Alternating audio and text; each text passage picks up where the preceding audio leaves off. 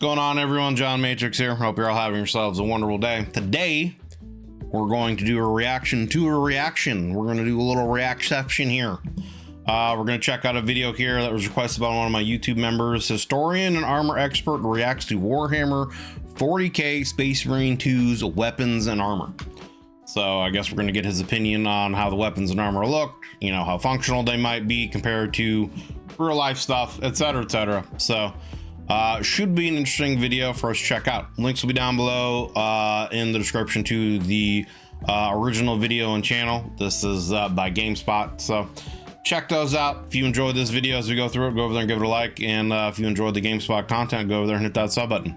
If you'd like to join us when we do these reactions live, there is a sub button underneath the video, or a join button, I should say, underneath the video, as well as a link to the YouTube members' benefits and tiers in the description. If you've been around the channel for a while and decide you want to take your sport to the next level, check those out. See if any of that has any interest for you. But for now, let's jump into this here video. Volume's good. Let's go. This is Toby Capwell, historian, author, and expert on medieval and Renaissance arms and armor. Today, he's breaking down some of the weapons, armor, and inspirations found within the campaign of Space Marine 2. And it's fair to say, Toby's become a bit of a fan of the franchise. Now, I know that throughout the history of Space Marines, as far as the tabletop goes and models, and even some of the artwork, it's very much been inspired by pop culture throughout history. A lot of the Cadian gear is kind of colonial Marines from Aliens inspired. You know, there's some certain like jungle unit types, I don't remember the names off the top of my head, that are kind of Rambo-esque inspired, you know, etc., etc. So there's a lot of, you know, kind of pop culture movie references and stuff like that in a lot of this. So I'm curious if that is something that he will bring up or not. I doubt it, though, probably because he is more of a weapons and armor expert. So, but anyway. Since we last checked out Warhammer 40,000. Yay! Oh, I love this game so much more now. So are the Thousand Sons playable in this game, or are they just bad guys? They're not playable now. Just bad guys. Feels bad, man. All right, well, hopefully that will be rectified in a downloadable expansion that you can play the Thousand Sons as the heroes they really are. Wow, this man's a heretic. Okay. Okay. Okay. We got a heretic over here. All right. Where are the Purgators? Where's the Inquisition? Huh? What's going on? We've got another video of Toby dare we listen to this man. Multiplayer customizations, armor designs, and heretical war gear coming soon, so be sure to stay tuned for that. But without further ado, it's over to Toby. You know, one of the things that I'm endlessly fascinated by with Warhammer 40k is how many kind of references and influences you're getting bombarded with every second. The sources of inspiration for this and the references to different aspects of not just sci-fi and fantasy, but real history and real historical art. Yep. It's just amazing to me that they can smash all of that together and it still works, you know?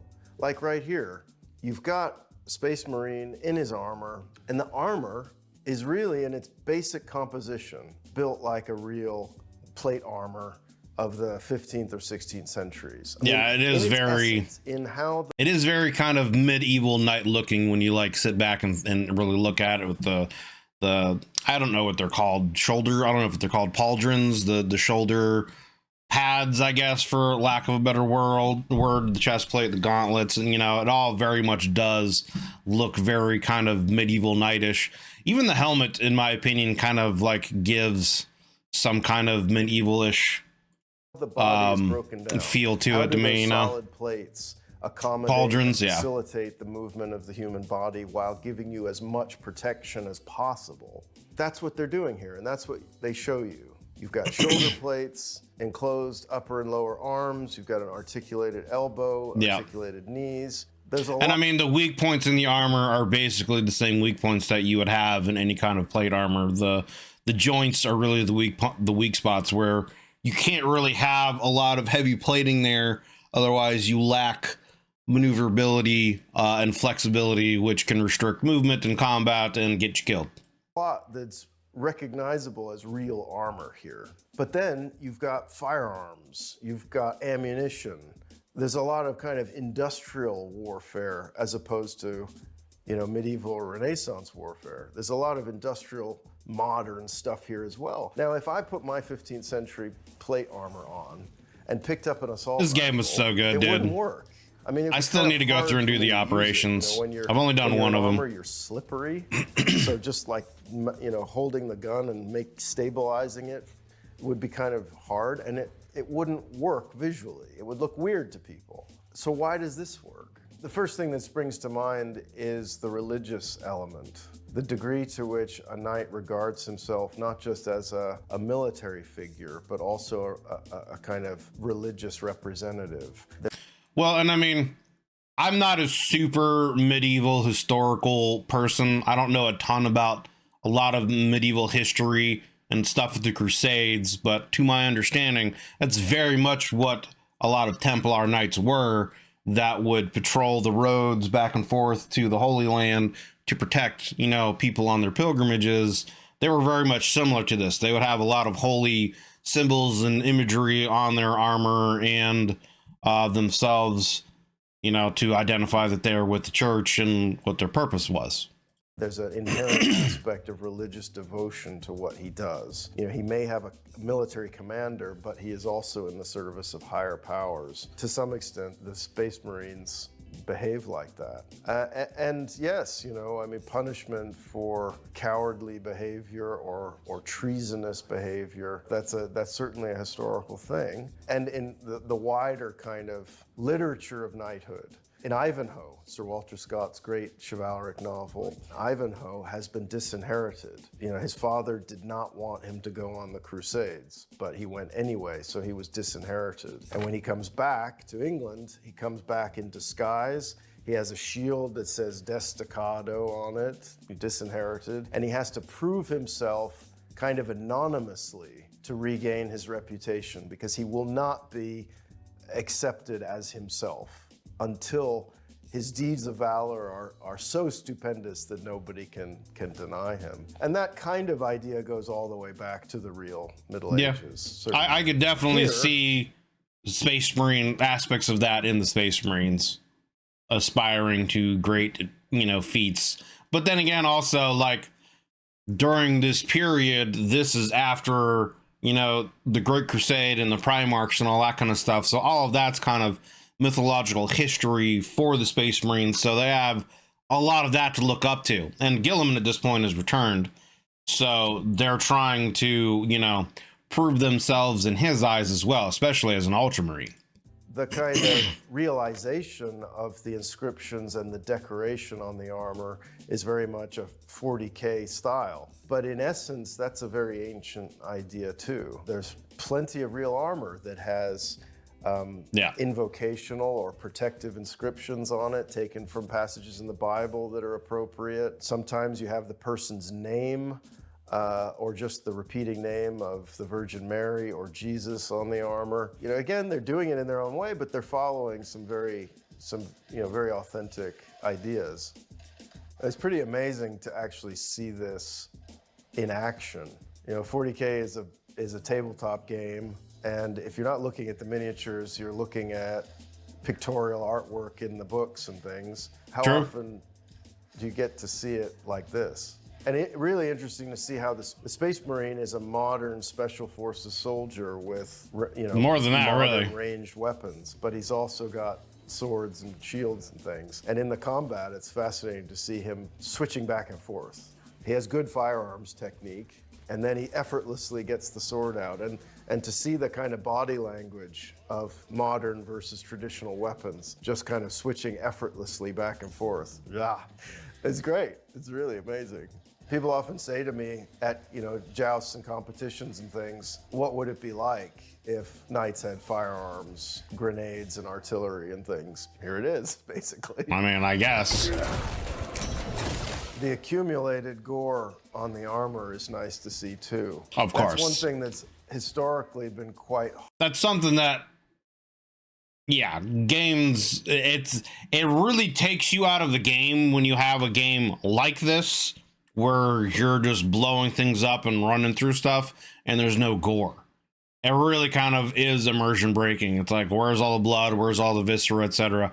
And they definitely did a very good job in Space Marine 2 of having that in there. Hard to address in like movies that deal with knightly combat.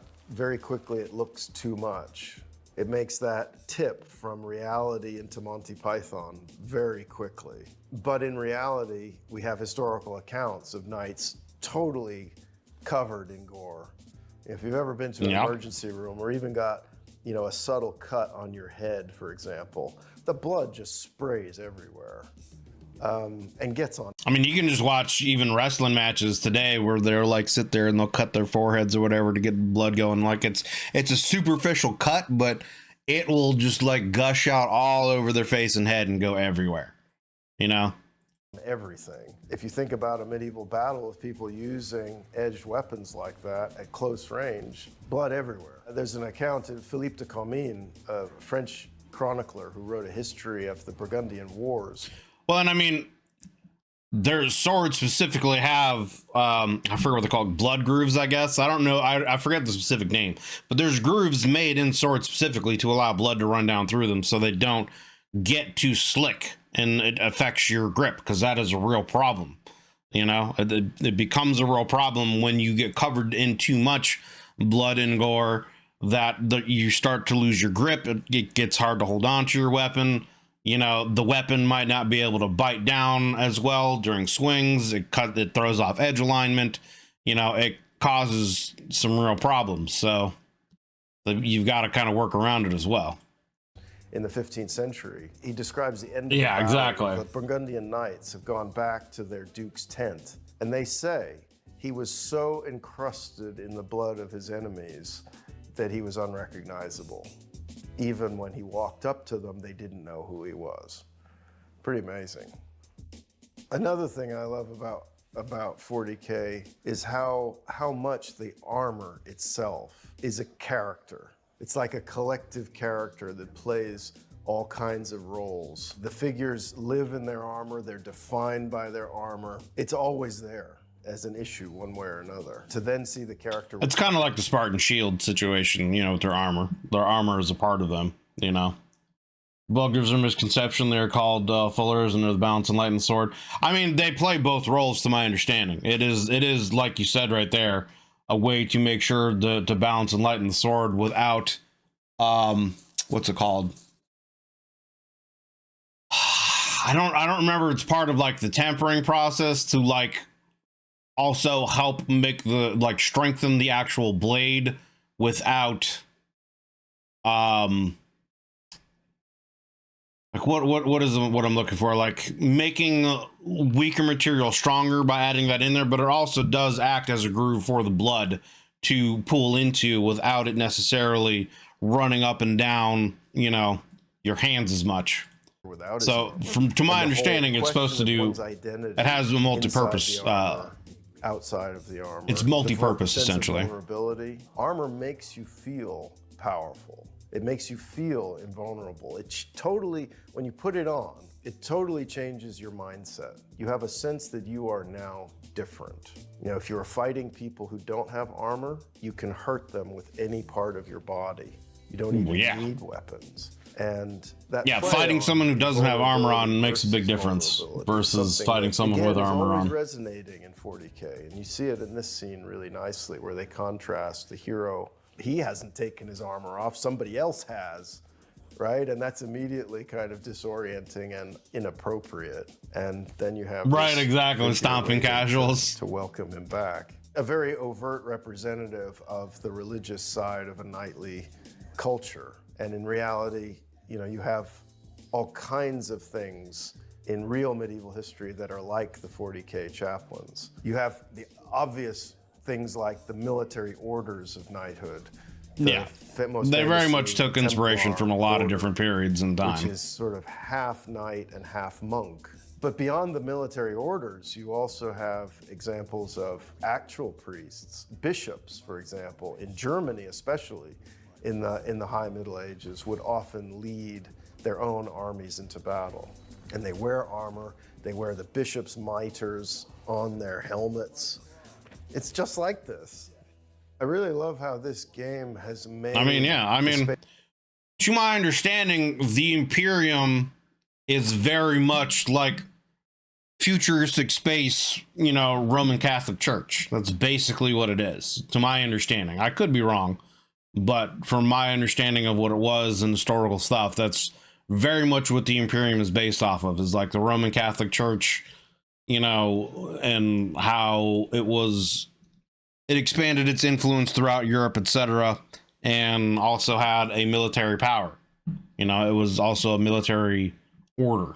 Space Marine armor seem really, really plausible. You know, they've had to make this very substantial leap from little war game miniatures and pictorial art to something that looks real. And that's a massive leap. How do we show the armor so it really looks like there's a body inside? Well, the thing is, too, is like, of all the franchises, if you're going to get details, like, of all the franchises to make sure you get details right in, 40k is the one you need to make sure you get details right in.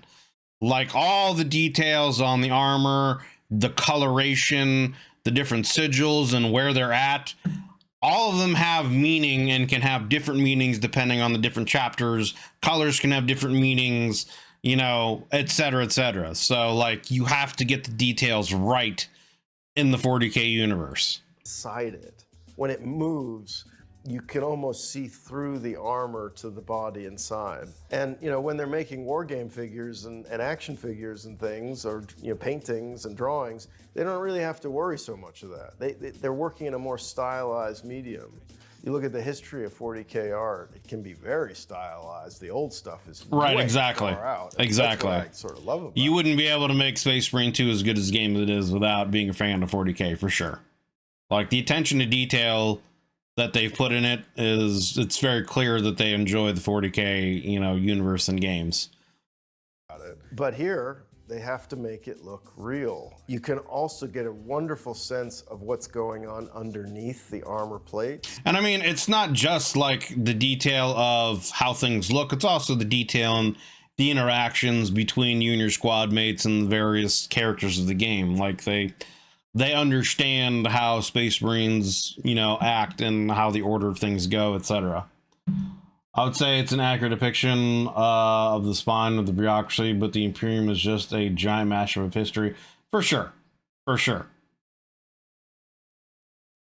That's what you never see, and what you can often not think about. An armor only works if it's got the right undergarments set up in the right way for what you're wearing. Like the muscles and ligaments under the exoskeleton. I did actually, yeah. Something like that. And 40k has a, you know, long history of defining what's under a Space Marine's armor. The artificial muscles, fiber bundles, all of that. But again, on a static figure, you don't really get much of a sense of that. But here, you see it around the character's throat, you see it when they move. You get a sense of that integrated system, that some of which you can see, some of which you can't. None of this armor would work without that artificial musculature inside. It's too big, it's too heavy. The only reason they can decorate, they have the luxury to decorate themselves by wrapping chains around themselves, is because their strength is so much greater. Well, and that has significance as well. You know, that's to identify a service in the Death Watch. Field, wrapping chains around myself, I'd be immediately putting too much extra weight onto myself.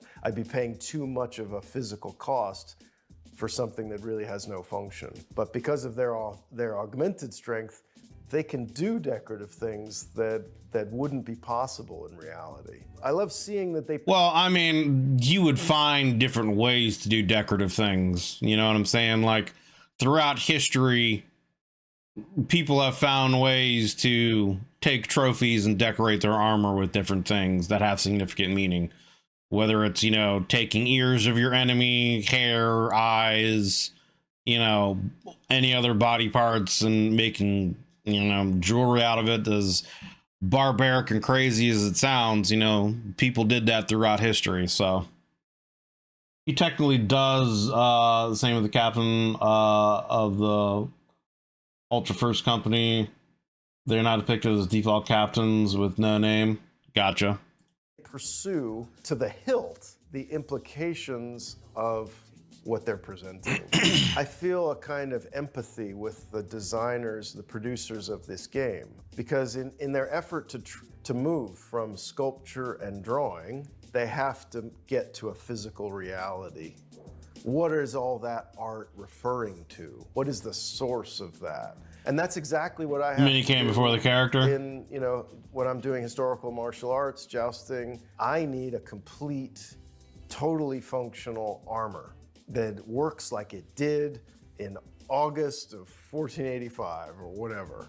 What are we left with now? We work again from sculptures and pictorial art and a few fragments of real armor surviving now, but looking often nothing like what they did when they were new. The game designers are kind of going through the same process as what I have done. The Dreadnoughts is the same name in the game. Trying to build real armor for, you know, combat and competition. Well, and to me, I wonder if that's also something from Games Workshop where they're like, hey, you know, we've got these characters, put them in the game, you know, we could sell some minis off of them.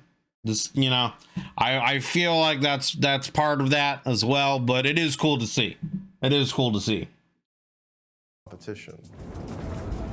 There's a guy mopping up back there. I love that. Somebody has to clean the ship. Dude, the Dreadnought stole the show at the end there, man. Like, when they look at knights, there's so much talk about a Giga Chad. Chivalry. Him coming out of the wall and destroying the other Dreadnought, and then throwing the pillar and destroying the Drake or whatever that was. Literature, yeah. Where knights are the focus, and this individual rides his horse off into the forest and has an adventure by himself. But in reality, armored warriors need a team of people to make and maintain all of their equipment, to assist them with caring for their horse. It's easy to forget all. That's why they had squires. Make the night happen. Yeah, that's why they had squires. Squires were, you know, knights in training that sometimes, not always knights in training, but sometimes they were. But their sole purpose was really to look after the knight, tend to the horse, tend to his armor, make sure it was clean, polished, and ready. His weapons were sharpened and ready to go, etc., etc. And, you know, to watch his back. I think his pillar was actually a statue of the Emperor. Oh, it might have been. I actually hadn't paid attention to that. In the name of the Emperor, I cast you down. I could have been. I could have been. That would make it even more poetic. Often in my work, I'm at pains to remind everybody of that, you know, real context, your horse attendants, your footmen, your squires. It's nice to see that in here. There's a guy who has to mop up in the back. And also the size difference. You know, I mean, those guys that have to mop up in the back are usually the servitors. And yeah, that's a pretty shitty existence, honestly. But most of the time, they're criminals. So it's one of those things where they probably deserved it. But at the same time, an existence like that, an eternity of being a lobotomized slave, not really the best way to spend the rest of your, you know, life for some kind of punishment. But Mechanicum adepts are more like the size of an ordinary human, and suddenly you see how much it's a way to serve the Emperor, I guess. Actually are that fundamental relationship between your technology and your religion. You know, from at least the 12th century, the knights' armor and equipment had religious significance, and the sword, especially. I know. I'm just saying that a lot of the times the dudes in the background are servitors. I know not all of them are. I know some of them are, you know, seraphs, or they are people who have been conscripted and to serve in those specific roles. You know, they're not all servitors or whatever. It is a symbol of God's power on earth. And when a knight wields his sword, he's showing that he is the wielder of that divine favor and power. And that has real on-the-ground benefits. If his enemies believe that of him, he has a psychological advantage and dominance. And again, that's something that they've always understood in 40k. Well, that's why the chainsword is kind of so iconic, because, like, the technology of the time makes the chainsword work, right? like a chainsword in modern times with our current technology isn't practical. Like it just won't work. The chain will break all the time. It won't really cut. It'll take forever to cut stuff. You're not going to get through someone who's armor plated with, you know, like a chainsaw that we have nowadays, you know. But in the 40k universe, the technology they have, it's also a weapon of terror while also being a strong, you know, but also cheap enough weapon that they can mass produce. The idea of, you know, watching a friend of yours getting eviscerated by this chainsword and watching their gore splatter and be thrown everywhere is very terrifying, on top of actually being a weapon that has practical use for cutting things up. You know, it's a weapon of intimidation and terror as much as it is, you know, an actual, you know, weapon of use. With our bodies. They're kneeling. Kneeling in armor is possible. It's one of these things that can get very difficult very quickly if your armor isn't quite right, especially with the enclosed upper legs and lower legs. Sometimes, you know, those plates can hit each other before your knee is fully flexed, so you wouldn't be able to kneel in an armor. Regardless of your mobility, if the plates hit each other and lock up, they can prevent movement. But I love seeing a bunch of them kneeling and having a church service before they go. That's great.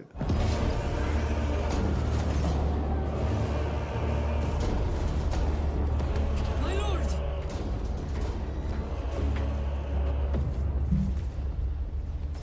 Major Sarkana, 8th Cadian Regiment. Major, give me an update.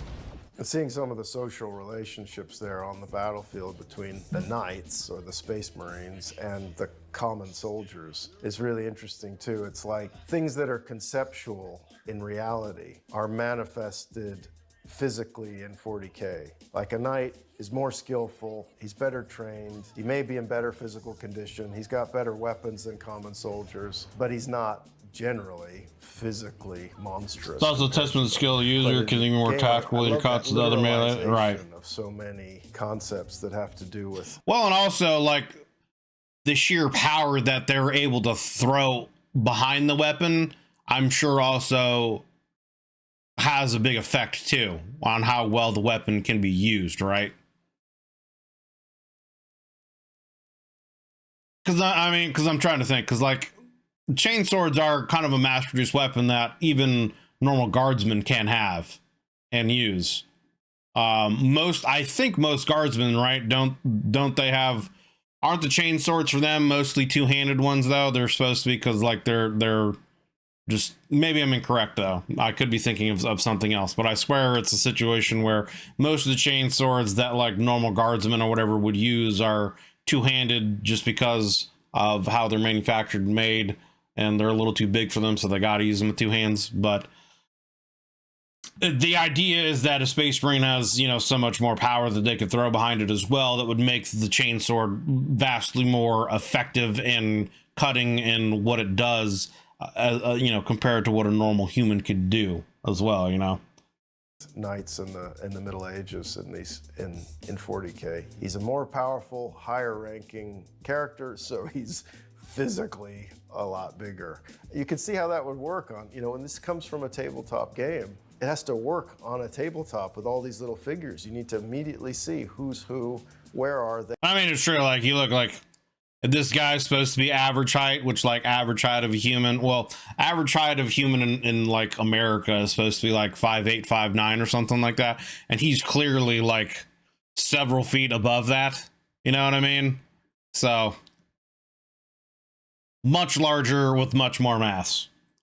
Oh, that guy's got the big spiky, you know, sun on the top of his pack. You can see it works in a tabletop, but it's kind of neat to see how it works in a totally different media as well, because the underpinnings are right. I think we touched upon. Described in the lore that is better in dexterous hands because it's not as efficient as brute force, since you get caught in the enemy. Yeah, right, exactly. So you have to like, yeah, the teeth bite into it, so you're forced to go through it, as opposed to like a sword where you can just get like a nice clean cut through. On this Maybe last time we looked at some 40k stuff, but to the average soldier, this is like seeing an angel. Right. But in reality, it would be like that too. Yeah, You know, the you Space think Marines the are common myths person to in the most Middle people. Ages, what do they see in their everyday life? They have a world that's, you know, it probably has more color than we give it credit for, but not a lot of super bright color, not a lot of super high polished metal. It's a world lit only by fire, as the historian William Manchester was famous for saying. And then you see these knights who are mirror polished, they're reflecting the light of True, the sun. but then you also got Jagatai on their speeders, you know? You got the white scars on their speeders, so maybe, you know, it could work for that. They've probably got gilding on their armor. That has a divine effect, and it's intended to in reality. So again, they're quite right to pick up on that. I don't know if this resonates with you, but the colour of the lieutenant's helmet is sort of like the red plume of a Roman centurion's helmet. Right, and then there are other Ultramarines. They actually commanders do who have wear the plume, yeah. Actual Roman crests. The Ultramarines have always reveled in that Roman inspiration. Yes, which is they're quite very fun Rome. because it's not the first time that a later civilization has modeled themselves on the Roman example. In the 15th and 16th centuries, knights were doing exactly the same thing, connecting themselves and modeling themselves on the Roman example. That is what the Renaissance was, right? The rediscovering of classical and specifically Roman culture. That Renaissance is just happening again in a certain corner of the 40k universe. Yeah, true. They lot probably of, could. you know, Roman details, but they're not dressing up as historical Romans any more than, you know, the Renaissance was interested in dressing up like real Romans. It's intensely contemporary. This is artwork and fashion at the same time as it's technology. And if your aesthetic And is practical. Roman, but your technology is different, it leads again to a totally original appearance. And that's something 40k does really well. You know, they take inspiration from everywhere. There's the Ultramarine chapter that are, you know, medieval in the 14th century somewhere, and there's the Roman guys, and there's the Greek guys, and anything you care to mention is there somewhere. Yep. But it also has its own aesthetic, its own integrity. They're not historical reenactors. Their use of these little jousting shields, these are derived from jousting shields of the 15th century. I've always been a little perplexed by their presence in 40k. It's again one of these slightly odd things that shouldn't work but somehow does. You see it has its inner corner cut out. On a real jousting shield, that's Iron to snakes, allow yeah. for the lance.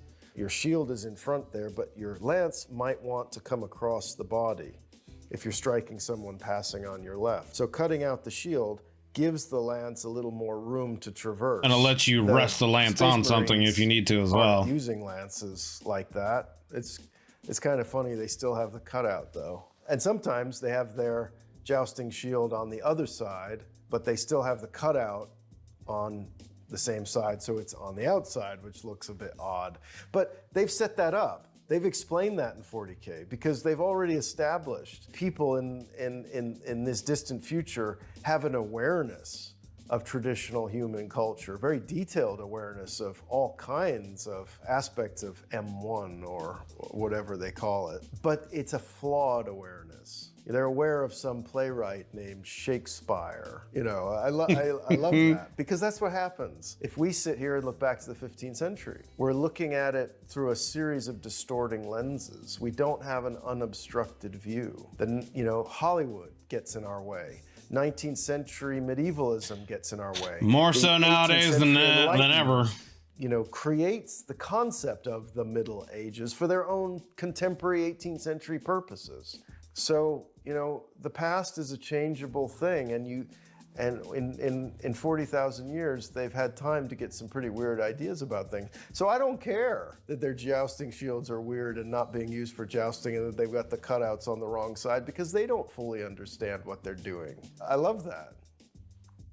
There's a lot of nice damage on the armor now. You know, real armor accrues. They're definitely damage getting into like the over nitty gritty time. about and the damage tells some a of the story. things in the If you're armor and in the a designs here, though. completely perfect, pristine Pretty cool. armor. What does that say? To knowledgeable people, certainly to other knights, it says Yeah, you've never done it says you've anything never been your in life. combat. Yeah, and when you see someone who is like absolute perfect pristine armor, no scratches, no dents, no nothing, you know, that shows that they've not actually seen combat. Or, you know, maybe they're a rich person, or, you know, a nobleman of some sort, and they're being kept off the front lines, you know, and they're just there to, you know, learn combat, or say they've been a part of it for, you know, their family's sake, etc., etc. Dents and the scratches and the scars are badges of honor. And I think the Space Marines wear that proudly. Emperor's Children Painted slander armor is super, super common, almost ubiquitous in 40K. The Good or endless bluffing? parade Yeah, of exactly. Colors and color combinations, which is, again, you know, one of the wonderful things about, you know, the painting and, you know, the different identities the chapters have. Painted armor in reality was a thing. It did happen. But Yeah. paint is easily scratched and chipped off, but they're showing you that. That's something where the game can really show you more of that than what you can see on a little figure. They've really taken stock of what they can contribute. What can they do in this game that couldn't be done on the tabletop or in a book illustration? Kill them!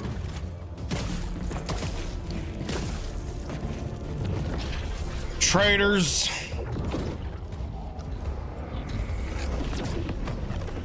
Yay! Oh, I love this. I'm not gonna lie, I love the look of the Thousand Suns. I love their armor.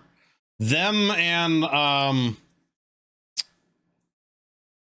Alfarius's Legion, what is the Hydra? I don't know why I want to say Hydra. I don't think that's right, but Alfarius's Legion. I love their like scaled armor, the scaled armor look that they have. I think I like the aesthetic of both the Thousand Suns and Alfarius's Legion. This game so much more now. These guys are my heroes. Alpha People Legion, often yeah, say that's to me, what it like, is. Online, or they often assume that I'll. I see the like the symbology of the snake or whatever, and it makes me think Hydra. So I want to say Hydra, but that's not it at all. Yeah, Alpha Legion. Be a Grey Knights fan. You know, I have a certain professional regard for the Grey Knights, but my real devotion Grey Knight for life. Firmly with the Thousand Suns. I love everything about them. What made me laugh is since we first I'm not gonna lie, I would probably the Thousand Suns would be an army I'd be interested in having in a tabletop game. I've said this numerous times, but just I like the idea of having almost Jedi-esque kind of fighters. I like having units that are, you know, melee capable, but also that have like ranged kind of sorcery abilities, and that's kind of what the Thousand Suns are. looked at Warhammer, and then you started. Yeah, getting it into is the Warhammer, Hydra. and Yeah, you're like, oh, that's why right, I want to say like Hydra Legion. figures. Yeah. The first ones you picked up were the Thousand Suns, which are well known in the Warhammer community as being some of the most annoying to paint. But you went right in at the deep end. It was really funny how it happened. I really got into Warhammer by just wanting to help my kids. A couple of years ago, a new little independent game shop opened up where I live in Woodbridge in Suffolk. Aardvarks and Dragons.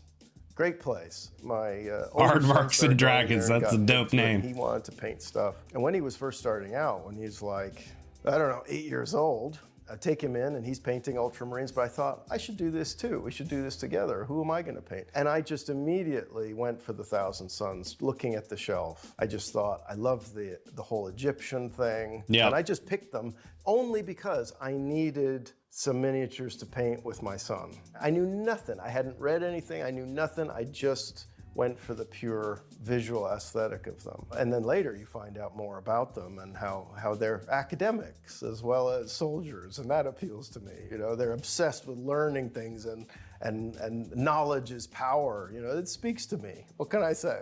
So are the Thousand Suns playable in this Heresy. game, or are they just bad guys? They're not playable now. They're Oh. the bad guys. Sorry to break it to you. All right, well, okay, so this game obviously has a very strong and distinct Space Marine bias here, or Imperium bias. Hopefully that will be rectified in a subsequent downloadable expansion that you can play the Thousand Sons as the heroes they really are. I can feel the comments already. The heresy coming out of this man right now. The design of the Thousand Sons screams Egyptian. Yeah, And there's a couple obviously. of things you can point to that make people recognize that. And they've got these big crests behind their heads, referring to Egyptian royal or pharaonic headdresses. And the color combination too of the yellow and this sort of very distinctive light blue color, which is the typical color of a particular kind of ancient Egyptian fired ceramic that they make all sorts of beads and sculptures and jewelry and all kinds of things out of. It's called faience, and it's this very distinctive blue fired ceramic material. There's a Thousand Sons blue paint for a reason, because that particular blue works on your collective imagination in a particular way. There's not a lot that's genuinely Egyptian on them, but it's amazing how if you take a couple of key motifs, it'll just flick people's imagination in a particular way. You can really see the effort, physically, the effort he has to put into pulling someone's helmet off, for example. That's nice. That's very tactile. And then he's had to strike his knife with his other hand to, again, give you a sense of what's involved in punching through armor plate. And that's something, again, we see on historical weapons. Yep. You know, the garden variety rondel dagger, typical knightly sidearm, as a disc, a steel or iron disc to guard the front of the hand. And then it's got another disc on the back, so the hand is really supported and embraced.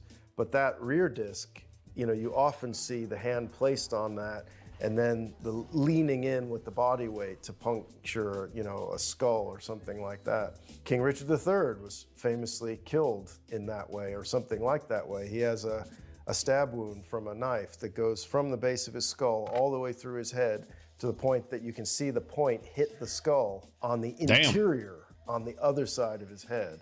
And with him talking about this is like a whole other side tangent, but this is where my brain goes. If you guys have seen Saving Private Ryan, it just makes me think of that scene at the end in Saving Private Ryan where, you know, the German and one of the soldiers from Tom Hanks's company are fighting, and the German just slowly just uses his weight and pushes the knife down through his chest, and you just watch him die a slow death. It's like, it's a hell of a scene, man. It's a hell of a scene. And that's someone doing something very similar, probably. Oh. I wish the Thunder Hammers were better, man. The Paul Axe or Pole Hammer, very skillful. Goddamn up them, dude. Weapons are you let them die. Badge of historical knighthood. A long-hafted weapon like that, big swings like that, as you can see, very effective against multiple enemies. Those kind of big movements are the only way you can kind of control several opponents at the same time. I sent 2 squads to move on the enemy's flank, but we've lost contact with them. They are carrying the company standard. If they have fallen, we will retrieve it, Captain. They're carrying the company standard. I kinda did, Captain. Which I know is like a huge thing in Roman history as well. Yeah. And medieval history. Throughout a lot of different history, like banner and standard carriers were a major part of the army. It was an honor to be a, you know, standard and banner carrier. Or a flam, the royal banner. And like, your job was to make sure that that banner was waving and did not hit the ground. Was defended to the death. Famous knight, Geoffrey de Charny, who wrote books. He was a literary educated fellow, and he was also the first owner of the Shroud of Turin, interestingly. Kind of an antiquarian, as well as a warrior, as well as an author. He was killed at the Battle of Poitiers in 1356, defending the Oriflamme banner.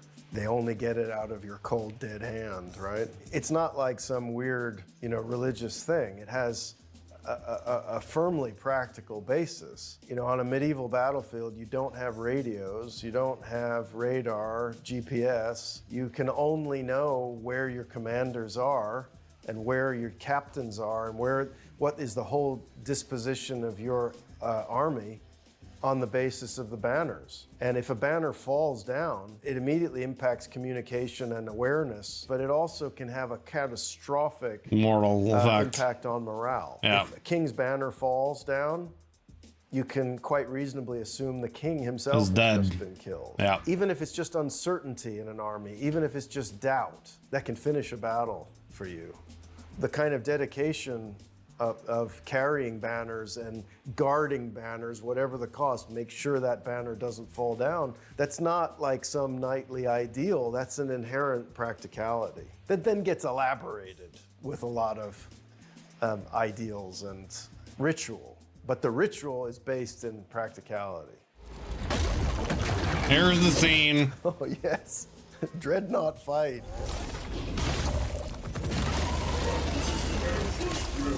The Giga Chad Dreadnought.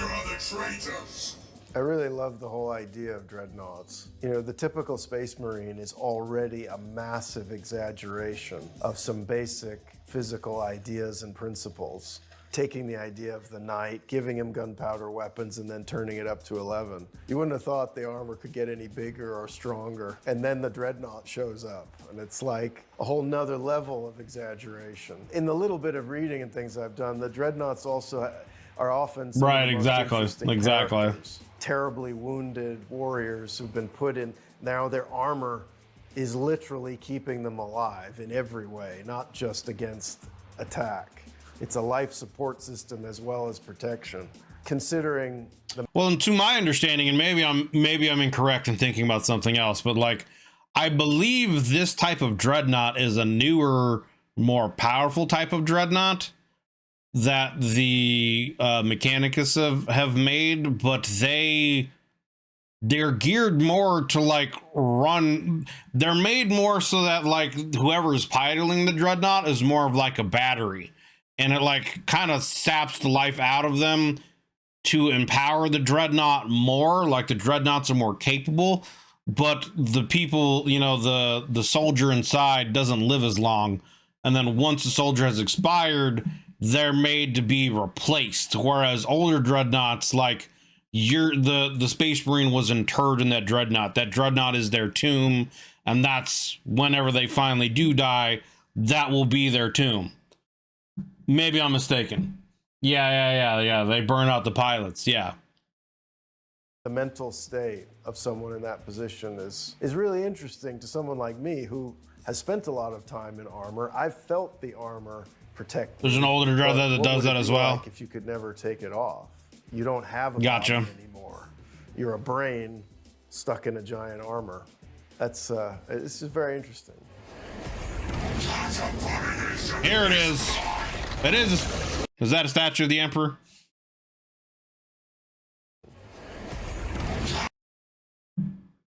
Is that the Emperor? I don't think that's the Emperor though, right? That doesn't look very Emperor-ish. Looks more like Vulcan. Like if that were someone I would think would be like Vulcan, because he's got a bald head. The Emperor isn't really depicted as bald, right? I wonder who that is.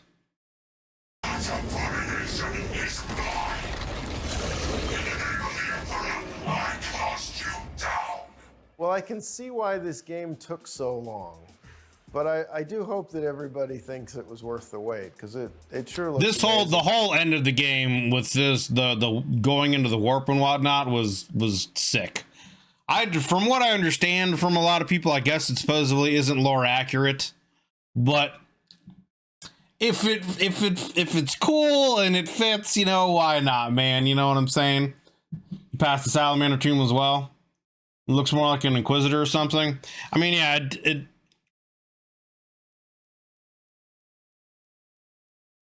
So I think we went too far. Often never take it off. You don't have a body any interesting.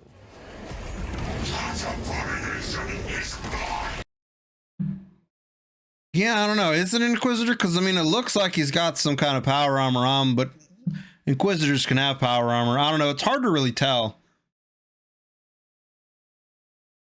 He has a sword, it looks like, and Vulcan had a hammer, right? I mean, that looks like a sword. It looks like the hilt there, and it looks like the crossguard right there. I don't know. It might just be just a random statue.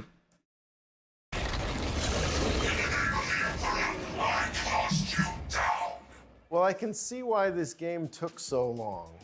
Yeah, But this I whole do end hope part with that going into the everybody warp was thinks it dope. was worth the wait, because it sure looks amazing to me. I played games as a kid, when I was in high school, when I was in college, all the way up to Yeah, the salamanders are point when buried in that area. I started doing my PhD about 20 years ago. I played games, and then I stopped because I couldn't afford the time anymore. I was doing my PhD. I was, doing my PhD at the same time as I had a full-time job. Man chose to go to school instead of being a no-lifer. It's a tough choice, Sometimes the no life is the way to live. But I guess for this man, that wasn't it. Job. There wasn't a lot of time, and I just had to make a decision to stop playing. And I haven't played really at all since in the last 20 years. This sort of makes me want to play it, actually. So. You should. We need to get you a PS5.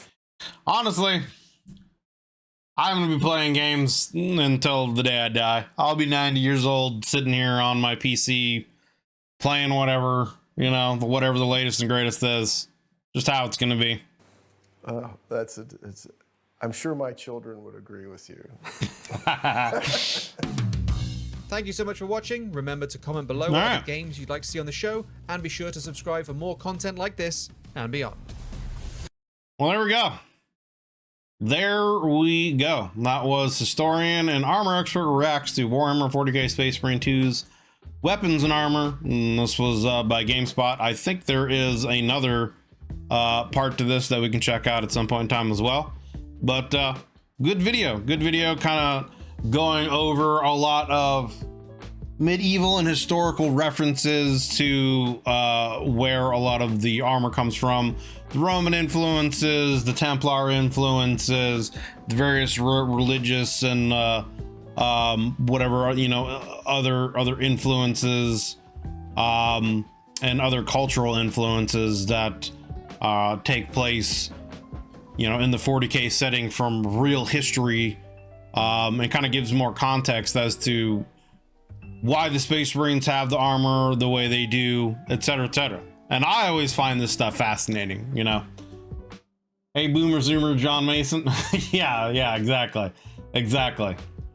God knows what the terminology is going to be in the future, like who knows what they're going to call us, in the future. I'm already a boomer now. What am I going to be 10 years from now? Are we even going to be alive 10 years from now? That's assuming we don't destroy ourselves within the next few years here. So, but yeah, I find videos like this fascinating. I love, learning about historical references to things in various games and whatnot. And it's always something that the 40k universe has done very well. They've always tried to take real life history and import it into what they do in the 40k universe. And I mean, our present is actual super ultra ancient history in the 40k universe. What is going on in our modern times is ancient history in the 40k universe. So it only really kind of makes sense that they would reference a lot of this stuff from whatever historical information that they can find. So already hate my generation's new slang. Can't wait for what Generation Alpha comes up with. Dude. Yep. I'm not, I was gonna go into a whole slang rant about, rizzing and whatnot, but I'm just gonna refrain. So, but that's gonna do it for this video, guys. Thanks for watching. Like I said, links will be down below to the original video without my commentary and reaction, and to the GameSpot channel. If you enjoyed this video as we went through it, give it a like. And if you enjoy the content GameSpot puts out, give them a sub if you're not subbed to them already. If you'd like to join us when we do these reactions live, there is a join button underneath the video, as well as a link in the description to the YouTube membership tiers and benefits that I offer. If you've been around the channel for a while and would like to check out the tiers and benefits and take your sport to the next level, feel free to do so. But appreciate you guys watching. Thank you for taking the time to do so. Hope you enjoyed the video. If you did, consider leaving a like and a sub, and we'll see you guys in the next one. Have a good one, everybody.